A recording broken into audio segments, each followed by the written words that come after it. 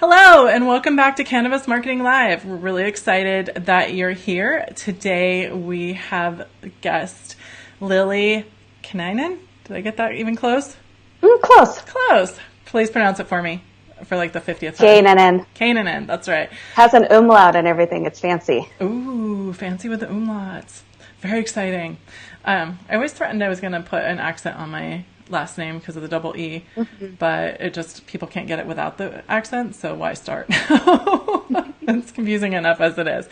Anyway, I'm Kendra Losee. We're here with Cannabis Marketing Live, all puff, no fluff, and where we are bringing you the brightest, baddest, most boldest people, ideas, and technologies in the cannabis industry. Like I said, here today is Lilli from Changemaker Creative. I'm really excited to have Lilli here today.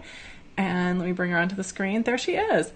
I first met Lilli at MJ BizCon last November. And then we met again in the social media course that I had. And Lilli is absolutely awesome, really impressive. So I asked her if she would come join us today. So hi, Lilli, welcome. Hi, I'm so happy to be here. Yay. Today we're going to be talking about branding. So brought in great designer here to talk to us about how to create that brand for our cannabis business, what it takes to stand out, how to make your brand stand out and matter, because both of those things are really important. And then talk about the importance of design as well as packaging, which so many people have questions about. And so we wanted to bring Lilli here to clear all this up.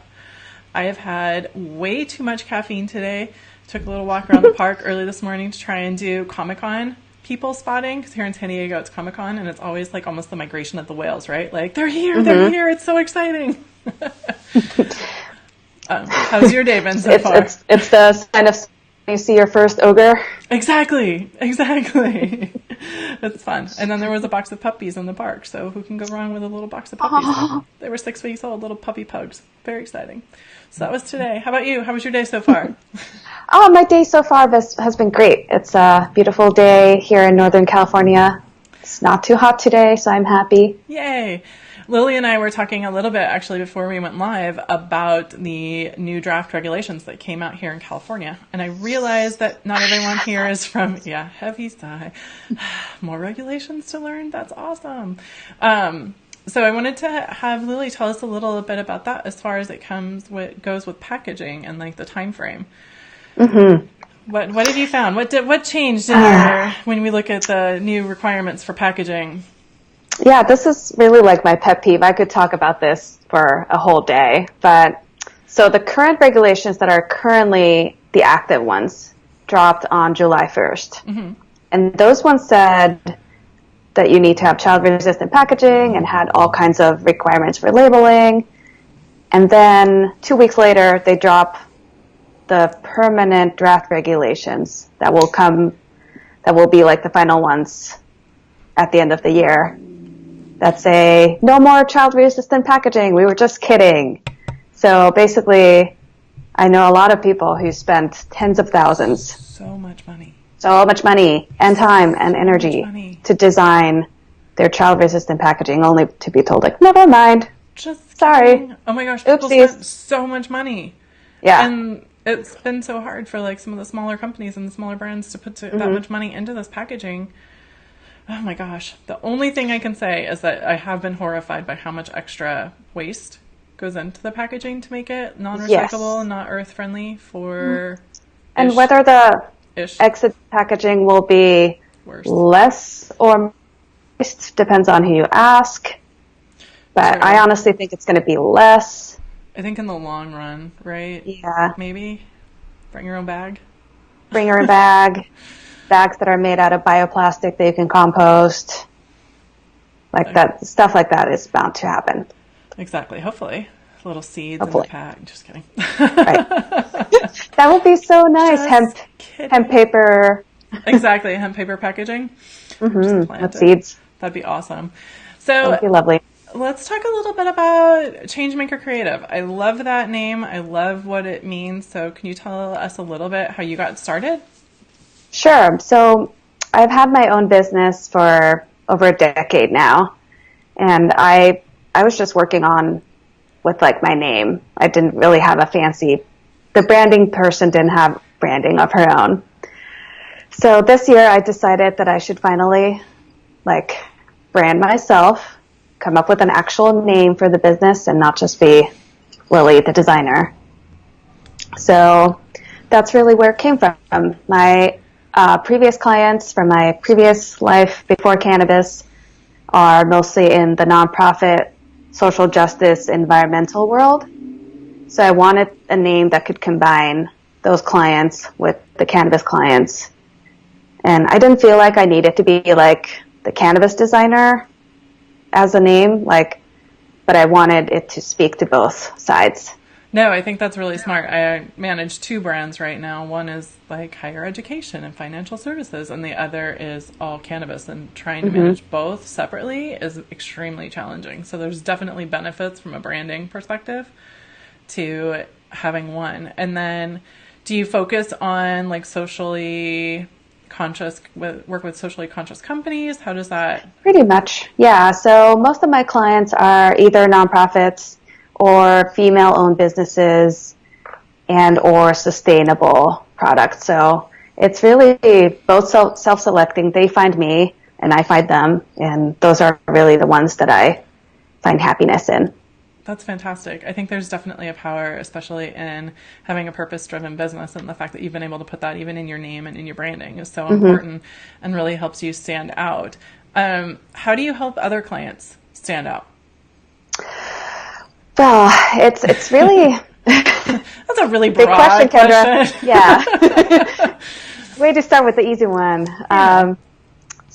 Really the main thing about branding is that you need to think about why you're doing something, because so many people are just selling branding services that is really just making something look nice without any deeper thought. So how I do things is that I really sit down with my clients and spend time. It won't happen in 15 minutes. You will need to spend a little bit of time of like digging in a little deeper. And that's where the name can come from. And that's where your look and feel should come from, and your messaging and your whole thing. So it's really a deeper thing than just like the last thing. Too many people start their company, make their product, and then contact the designer to kind of slap on the end. Make it look pretty.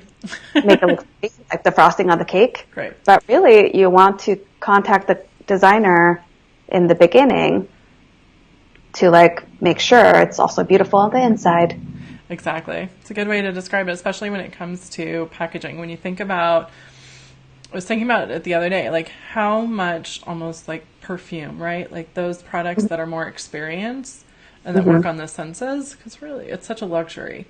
And it's, perfume, cologne, it's not necessarily, and some of the cannabis brands are similar in that, right? When you start to get to the packaging and that feel of what you're trying to convey, it goes all the way through to the product, not just here's the label, here's the sticker on it that has all the requirements.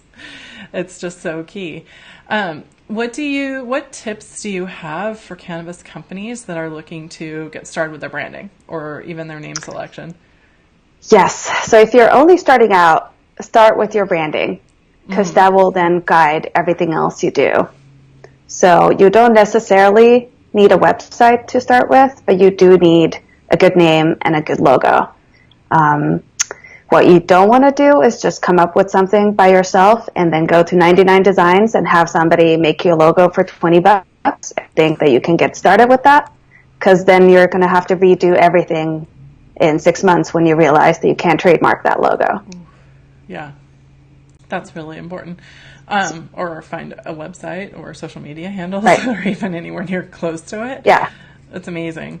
What, now you see it when you see the companies, right? And it's overly saturated, and it's almost like the first wave of companies that came in, named everything Canna with a K, Canna with a C, 420, Emerald, high, and everything's green, right? I mean, mine's green. What advice do you have for people who might be wanting to have the word Canna or a variation of it in the name? Well, you still can. Like, nobody's saying you can't. Right, absolutely, fair. But having your company name start with Canna something is MJ. going to make it more likely to get confused with somebody else, unless you push it further. Like, if your company is called the Canna Octopus, then people will probably remember it. But if you're just like Canna Progressive Systems, like, that's going to be super generic. People won't remember that. Like, so many, so there's a lot of trimming companies, and one of them that I've seen in trade shows is called the Munch Machine. Oh, that's awesome. Yeah, that's such a great name. Yeah. And their logo is like a little monster, so it's really cute, and it's purple. That's awesome. And then all the others are like Trim Master 500. Like, sure, but generic, that's not nice. remember. Like, you won't remember that. Yeah.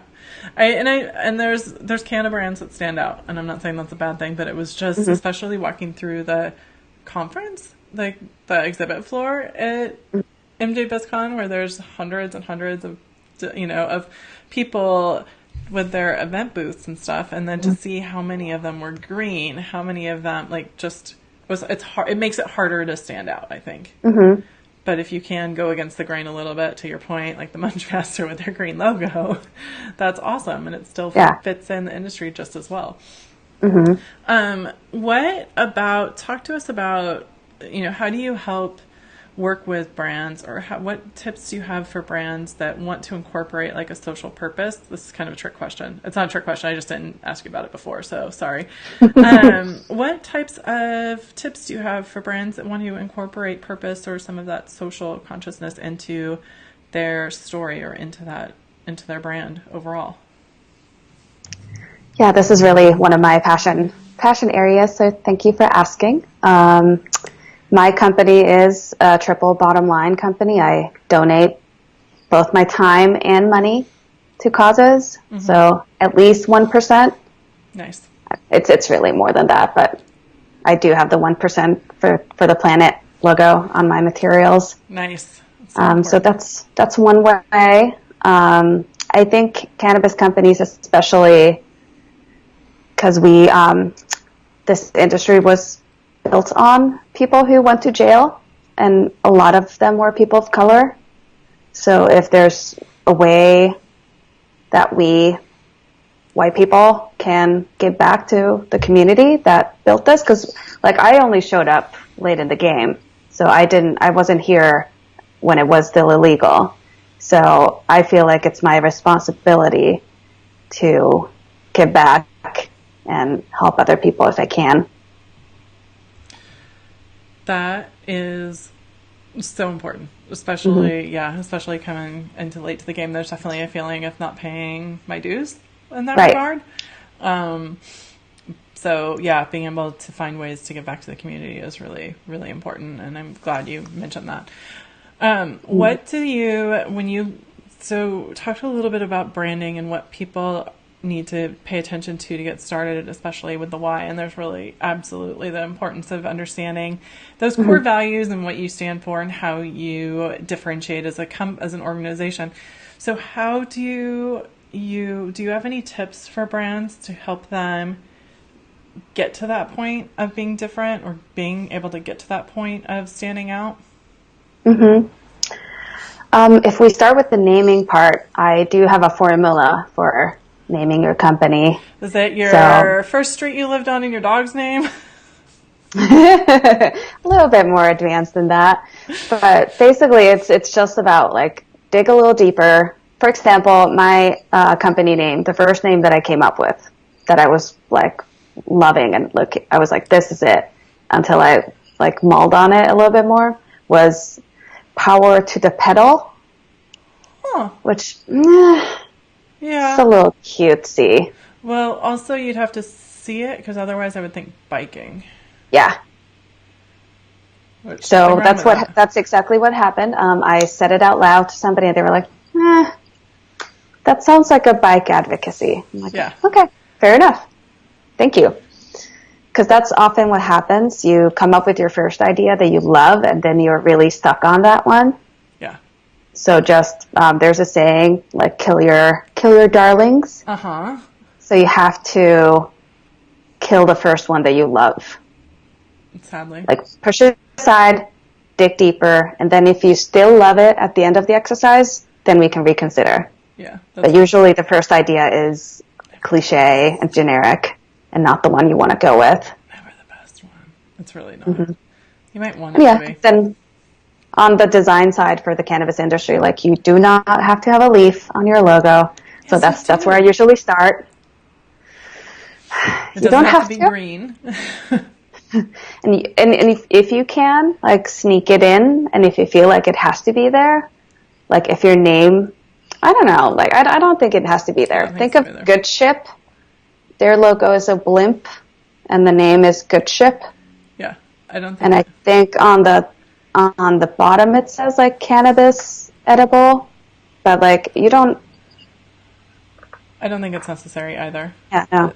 It's not like, and some of the bigger brands, they eventually got there where they were able to drop the, Nike is just Nike, right? They're not Nike running shoes or Nike tennis shoes. They might have those divisions, but it's not part of their name anymore. But originally, Apple computers, right? Like Macintosh computers, it's not there anymore because everyone knows what it is. But you have to get to that point where, we were talking about this earlier in the week where like kin slips, right? Like, you know what it is because we've seen the brand and all it took was seeing it once to know that there's no mention of cannabis or anything in there. Yep, right there. That there's no mention of it anywhere, so it still works as a brand name. Right. What how do you incorporate, so once you get past the name, how do you help companies, or what recommendations do you have to use design to help you stand out as well? So in my process, we first do a questionnaire where they click on words that speak to them. So, for example, I just had a meeting yesterday where the client picked out the words like cozy, homey, unfussy. Okay. So then based on that, we looked at some visual inspiration. Like I do a lot of Pinteresting. And then we look at those and like talk about like what speaks to you about this, what do you like about that? And then based on that kind of knowledge, like what they like, and also we talk about what their target audience is, because sometimes your target audience is not you. And that's a toughie for a lot of company owners. Like it's not necessarily about what you like personally. Like if you are not your target audience, it really doesn't matter what you like. That's so true, and it's so hard, to convince people that, because they'll, like, I've been in meetings with clients where they're so adamant that that's what their that's what their audience wants, and then you do like a survey on the street or whatever, just like desperation of trying to like test it out, social media, whatever it is, however we test it out, that they'll still argue the results. Well, the amount of excuses people find to justify ultimately marketing to themselves is amazing. Absolutely amazing. And I'm not even involved in the design part of that usually. It's just the marketing piece and the campaigns. Do you want this to work? Yeah, and especially like in this example, it's a cannabis dispensary. And the client is a dude, but the customer base will probably be mostly female. So it's going to have to be female friendly. It doesn't mean that it can't be a place where his bro friends can come, but it needs to be female friendly.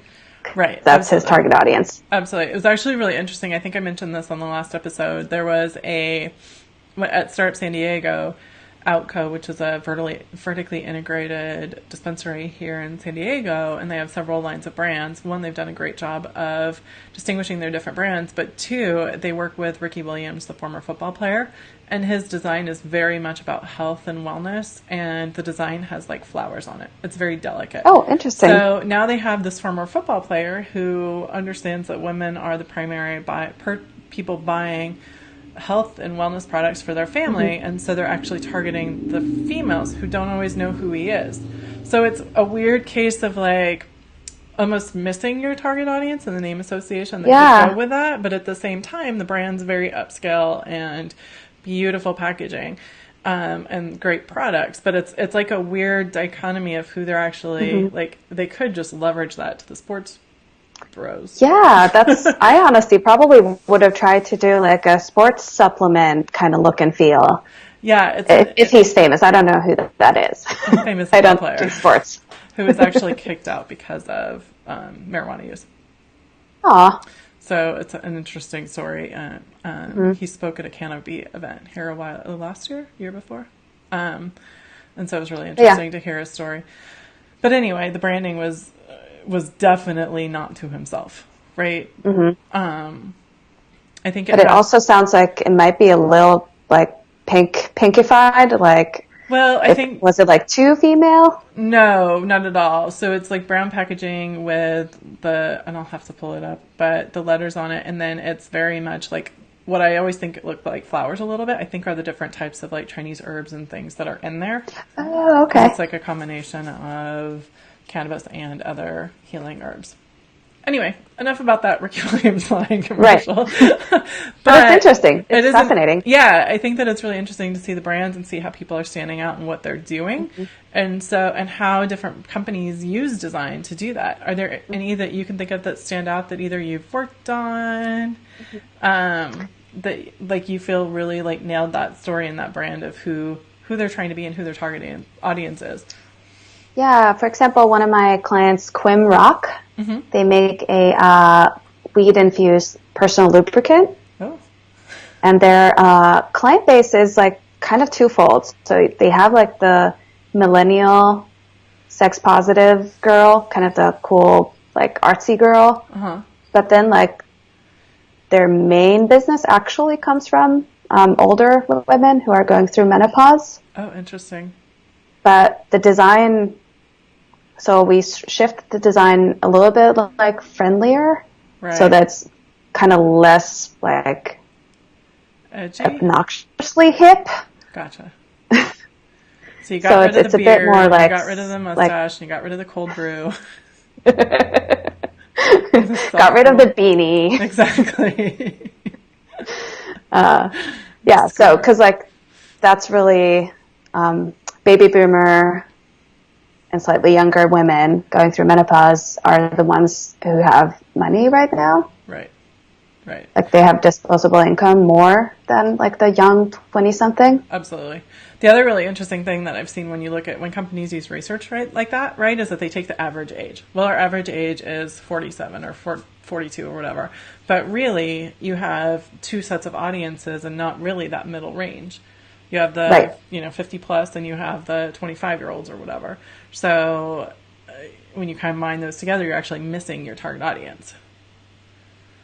Right. And it doesn't necessarily mean, so you have your target audience in mind, but it doesn't mean that nobody else can buy it. Right. It just means that you keep that person in mind as you're designing your stuff. Absolutely. So if it's going to work for them, it's hopefully not going to be off-putting to a lot of people. Absolutely. I think that's also something that's so important for people to remember, that if you're targeting one, doesn't mean you're getting rid of the others. Right. I actually went through I often buy the stuff, like for example, yogurt. Like the yogurt that I sometimes buy is very clearly marketed to men because it's a black package. Oh, yeah. And it has like sports stuff on it sometimes. Yeah. Like Coke Zero, right? I'm clearly not the target audience, but I love it. Like Coke Zero. I don't drink soda, but if I did, I actually really like Coke Zero, but they marketed it to men. They rolled it out because men weren't buying diet. They wouldn't buy anything with the word diet in it, so they gave it the black packaging. They called it Coke Zero. And then men can buy it without any problem because it's not like the diet stuff that the women buy. Mm-hmm. The psychology behind packaging and design is so incredible. It's fascinating. Yeah. So what tips from a design perspective, right? Like if we've gone through some of the things that you talked about in terms of the why, in terms of really understanding what not to do, what tips do you have for people who are working with a designer for their brand and for their brand and logo and everything? So for example, if you're on a budget, tell that to your designer, because your designer can help you even like with your packaging, like not even the formulation and the sizing and like how much to make at a time and how to make it more budget friendly. So for example, I'm currently working on a topical client, and she has several different products, but they can all go into the same bottle. So we're just going to order a huge quantity of that one bottle with her logo and the warning signs printed on it, and then do the rest with labels. Oh, smart. Which is going to be more cost effective than having 3 different things printed on the bottle. Yeah, absolutely. Absolutely. And labels can be done in a really nice way too. Yeah, they're going to be fancy labels. Labels that are done badly. Especially now with the testing labels, like people don't think about that. Like, but then companies who do, like Lowell Farms does a really beautiful job, and Candescent too. Oh, yeah. Like their testing and strain label is beautiful, and it fits the package. So it doesn't look like you printed it in the office and just left it on. Like you pay, yeah, like you pay a lot of money to do a beautiful package, and then you don't think about all the things. Like the inside of your box. Like if you have a product in a box, when you open it, it can say something. It can say like, "Hello, gorgeous," and that will make the customer take an Instagram shot and put that online. Right. So with your hashtag. Yes, with your hashtag, and like it's important to think about the whole experience, not just like the one piece. Absolutely. So if someone's looking to hire a designer or trying to get started with their brand, right? They have the idea, they have the company, they have their business model, whatever, all those things, right? But they need to start building their brand so they can start moving everything forward. What advice do you have for a company that's looking to hire someone to help them with that? Come to me. I will help you. Well, and what questions should they ask you? Because there's things that are really important with working with designers, right? You can have the best designers in the world, but honestly, if they have a bad attitude or if they're not easy to work with or the chemistry is not there, I think they're going to be so much more excited about their own design ideas versus listening to what the client actually wants, right? Yeah, I usually try to have people join me in a phone call so we can find out if we kind of understand each other. Because it's important that I get them. That's the easiest way for me to help them, is that if I understand what they're doing and why they do it and kind of get along. We don't have to be best friends, but get along. But yeah, they should definitely look at their portfolio and make sure that, well, it's hard for non-designer people to see if it's quality work. But for example, a lot of the 99 designers are not really designers. Those are stock logos that they just type in your information to, and it's a copy. So 1,000 other companies will have the exact same logo with just a different name. So don't do that. And really, it's the experience that you're paying for. So you're not like, a lot of people think, okay, so it's something that's done on a computer, so my nephew can do that because he has a computer and he has Adobe software. Like, that's not how it works. Like, what you're paying for is my education, my know-how, my knowledge of art history and the industry. So it's really more than just designing a logo. It's like design thinking, what you're paying for. Absolutely. So what I heard you say is that if you're looking to hire a designer, you want to advise people to check out some of the work they've done, right? So a lot of designers put a lot of their highlights and work they're proud of on Instagram. They also tend to put, as well as their website, right, their portfolio online. And then they also tend to highlight other brands or other people that whose brands they might admire, right? Mm-hmm. So taking a look and getting a feel for the type of design, I think that the person does is really, really important. And then Yes. the other thing I heard you say is the chemistry of working with somebody, right? And that works both ways. So you need to feel like you're going to be able to get what you need from them, and then they need to feel like they're going to get be heard, right? For sure. Like their ideas and what they want their company to stand for is going to be heard by the designer. So those are the two things I heard you say. Is there anything else that someone needs to pay attention to? And also, there are different kinds of designers. So depending on your project, like some people do it all. Like I tend to describe myself as a branding and print designer who also does web design, but I'm not like a web designer per se. Right. Like I do websites, but I don't consider myself as like a mobile UI UX person. And there are designers who do just that. Absolutely. So if their portfolio is full of websites, that might not be the person to do your packaging. Right.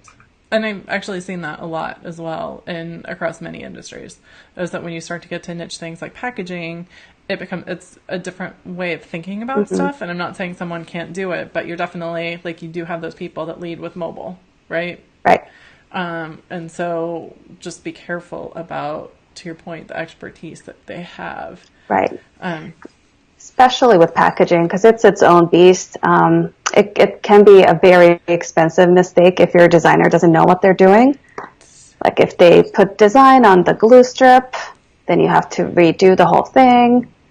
And it's costly if you're doing tens of thousands of boxes, for example, if the front panel is upside down, if they didn't realize it. I've seen that happen. Oh my gosh, especially when it all gets folded out. Like, it's different when it's flat. And I've done that too. That's why I do mock-ups. I do dozens of mock-ups. I print it out, see it physically, because it's easy to make mistakes. Yeah, and the last thing you want to do is have something be backwards. Or I want the mistake to happen where I notice it before the client or the printer notices, or worst case scenario, if nobody notices and it just goes to print. Right, because no one wants that. No one wants that. No one wants that. So being persnickety is a good thing. Such a good word. Love that word. Does anyone, if anyone's watching, if you're watching now or you're watching the replay, if you have any questions for Lilli, feel free to add them to the comments, because Lilli will go back in and I will go back in as well and answer them for you guys. Lilli is very good at keeping an eye on social. Just tag her and she'll respond, and so, as will I. Do you have any last words of advice for a company, whether... We've talked a lot about, and I've asked you a lot of questions about someone getting started. But what about for someone that's established and like creating a new line for their product, or wanting to know if they need to refresh their brand? What should a company consider when they start looking at, let's start with a new product line?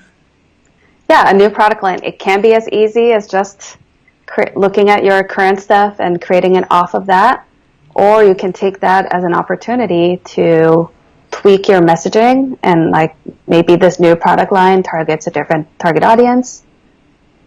Yeah. Or maybe this is where you test out a new look that you could then expand to the rest of your stuff.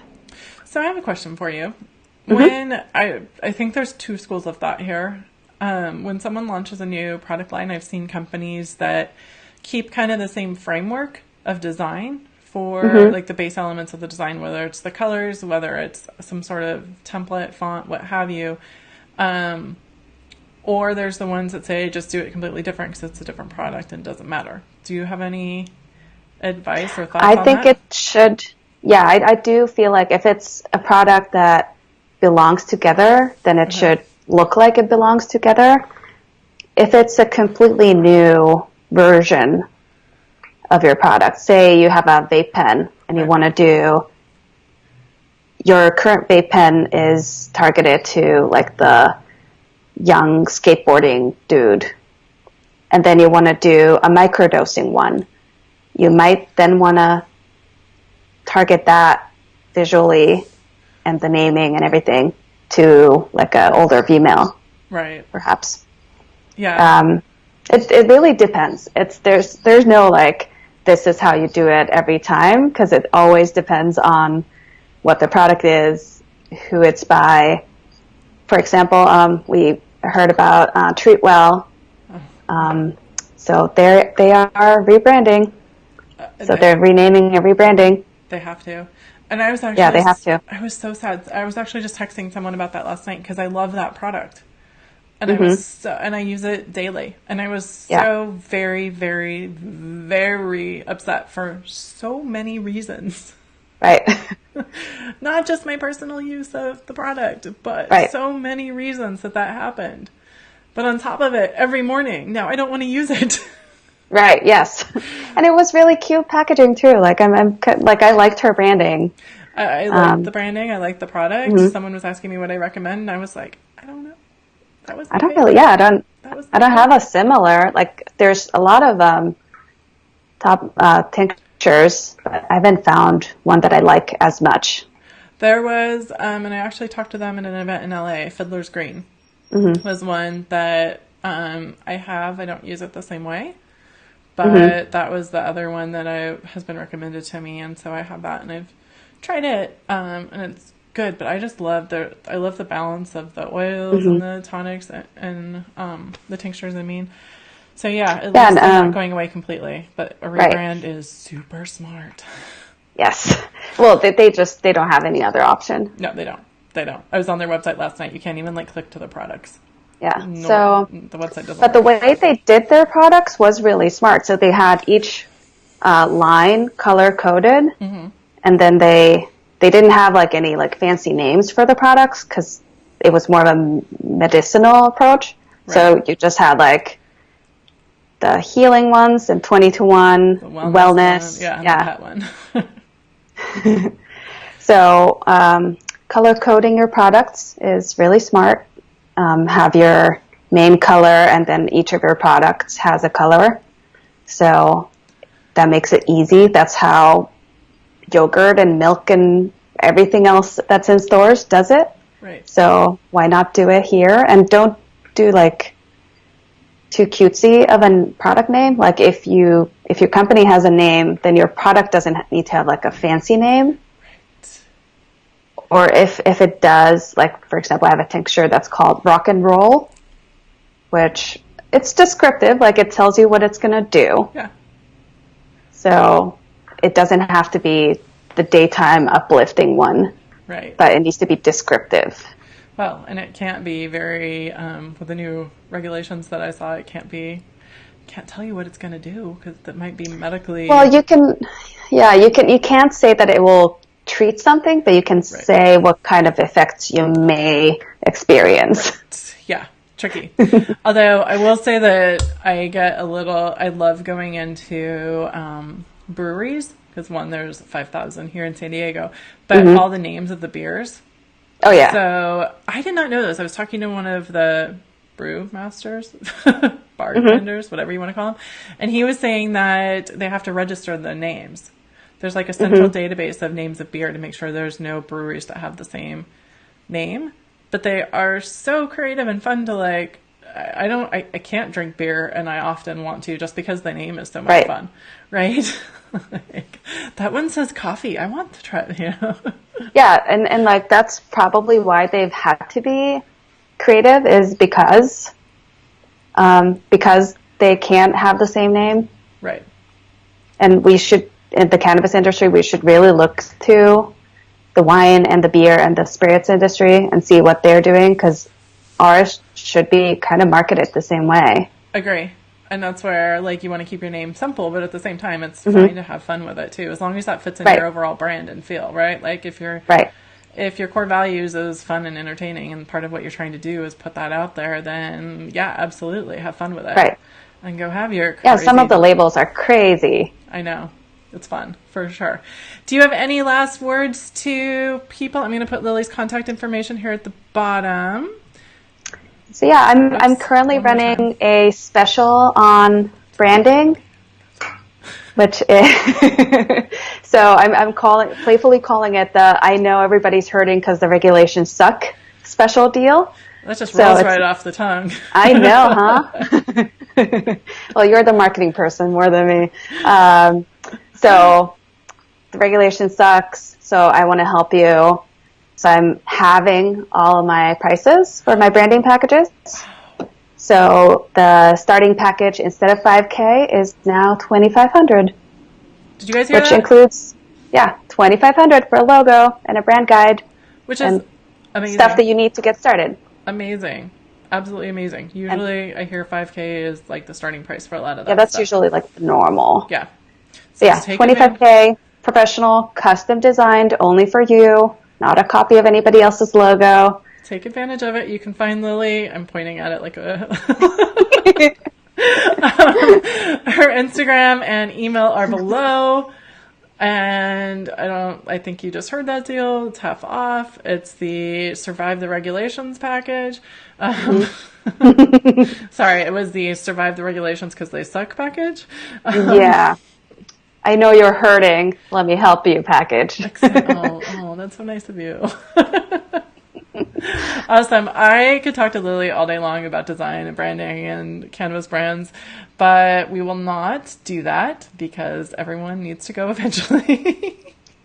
Lilli, thank you so much for your time and for joining us today. Oh, this was fun. I hope you guys enjoyed the show. Be sure, as I mentioned, leave your comments. Tell us where you're coming from. Add in likes at points that you found were helpful. And Lilli and I will pay attention and come back and circle back. If you want to get a hold of her or follow her on Instagram, her Instagram is entertaining as well as fun and informative. She has a lot of great tips and information as well as designs and other brands that are going on that catch your eyes. So be sure and check that out. And have a great rest of your week. We'll see you in the next episode. And we're out. Thanks, guys. Thank you.